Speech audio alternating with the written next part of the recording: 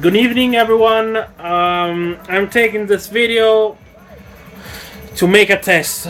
We're gonna compare real life helicopter crash against Grand Theft Auto 4 helicopter crash.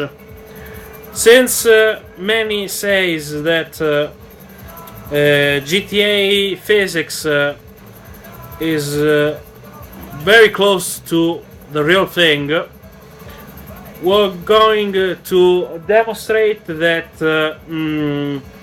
if you can survive in a helicopter crash in GTA4, probably you can do the same thing in real life. Now my colleague is going to make this helicopter crash in Central Park.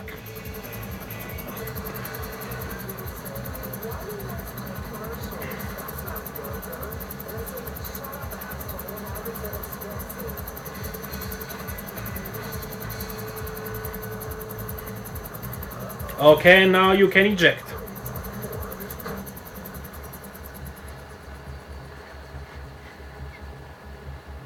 Oh my god. Oh my. Okay, the pilot is dead.